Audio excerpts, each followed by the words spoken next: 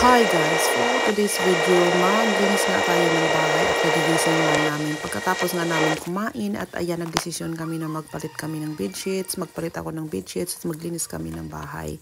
So ako ito, madalian kong nililinis ang aming room at kailangan ko siyang tanggalin lahat ng mga punda dyan. Tsaka kailangan ko tanggalin yung mga bedsheets dyan para naman mabango ang pagtulog namin mamaya.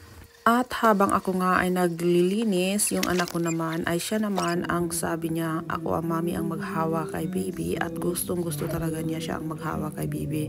Pero sabi ko, sige, dahil hindi ka talaga pa masyado pwede maghawak, sabi ko saglit lang at kailangan nakaupo ka lang talaga dyan, huwag ka tumayo at kailangan palagi ko rin siyang tingnan.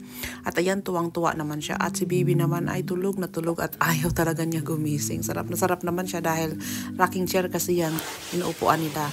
At si daddy naman, naglilinis naman siya sa baba para naman mabilis ang trabaho namin matapos. At ayan, siya naman ang nag-hoover. At sabi ko sa kanya, kinukunan ko nga siya ng video para naman kahit konti. Hati kami sa trabaho at hindi naman nakakahiya kay daddy. Siya lang lagi ang naglilinis dito sa bahay.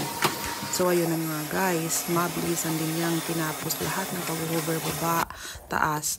At pagkatapos niyan, sabi ko sa kanya, putulan mo ako ng buhok dahil sobrang haba na talaga ng buhok ko. Ang hirap na i-manage, lalo na pag may anak.